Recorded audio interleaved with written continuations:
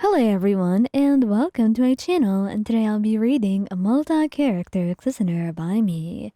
So let's get into it. Neuvillette. Neuvillette is quite bold with what he needs.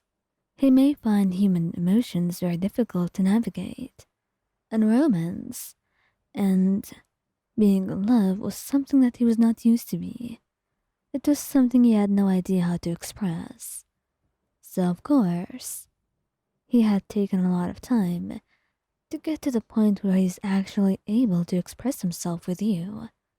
But he was making very, very good progress, and you were proud of him. He was not shy, nor was he awkward about what he did. He just needed to know what he wanted to do. And once you got there, then most things would be easy. However, he was very respectful as well, and rarely was he anything but gentle with you. So it was quite surprising to see what he did today and experience it. He had no idea what he was in the mood for, but when he wrapped his arms around your waist and grabbed both of your wrists and pinned them over your head to the wall, you looked up at him, your face bright red as you tried to process. Neuvillette, what are you doing? You asked him, blushing brightly, your heart beating rapidly within your chest. But before you could even ask him one more time, and without answering your question, he just leaned in, pressing a soft kiss to your lips, eventually letting go of your wrists to deepen it, putting a hand behind your neck, and pushing you even closer to him. It was needless to say that you were blushing much after that, and Neuvillette looked at you, his eyes piercing as usual. I just wanted to surprise you.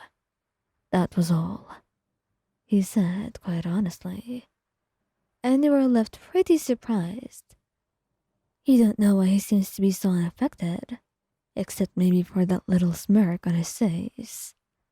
But he had just nearly given you a heart attack with what he had done. Not that you didn't like it. You liked it. Very much.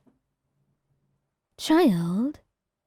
Well, Childe can be very bold as well, and he can be very moody.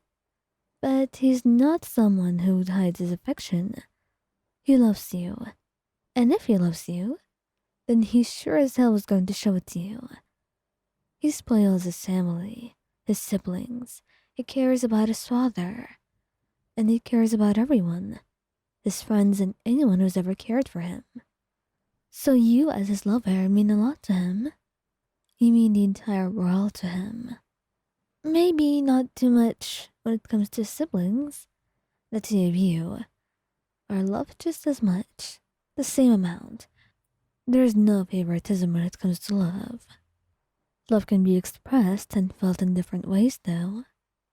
And when he pins your hands above your head to the wall, as he looks at you intensely, he sees the bright blush on your cheeks. Well, it seems you're quite surprised by my behavior, Wyon. Isn't that true? I am, child.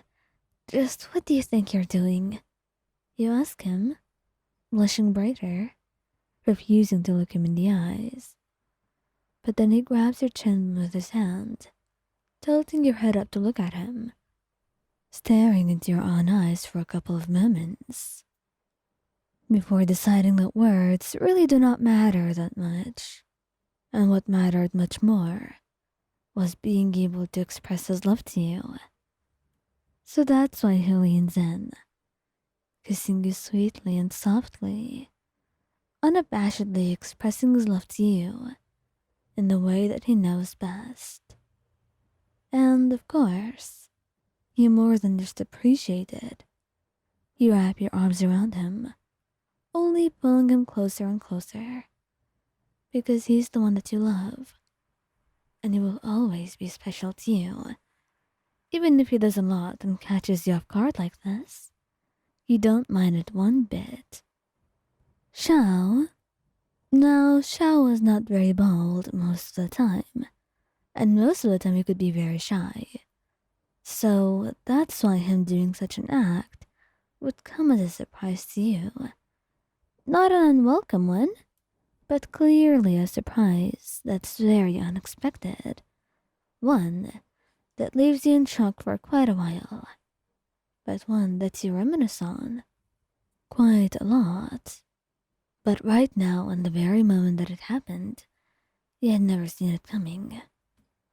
He kept looking at you for a while, as if deciding to do something, struggling with his inner demons, or with his decisions and the thoughts in his head. You would never know. Shao, is everything alright? You went over to him, asking him in concern. And then he looked at you, shaking his head as he got up. No. In fact, it's not alright. Oh, then what could be going on? You ask him, concerned now. And when he takes your wrists into his hands and pins them to the wall, looking down at you, you feel yourself blush, your breath hitching in surprise. Xiao, that's quite unexpected. What are you doing? Do I really need to explain myself, Wayan? I'm sure you understand. And then you go quiet, nodding.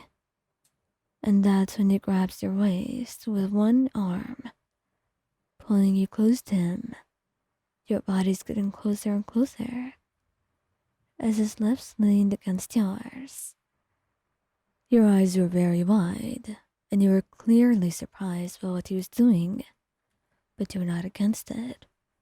In fact, you only pulled him closer, deepening the kiss, your hands going into his hair, as the two of you closed your eyes, losing yourself in the moment and forgetting about anything else, as if the universe did not exist, as if no one could ever interrupt you or your thoughts. What mattered most was this moment that the two of you shared, and would be one that would always be unforgettable by the two of you. And when he pulled away, he smiled, blushing, and you could see that faint blush that was still on his cheeks.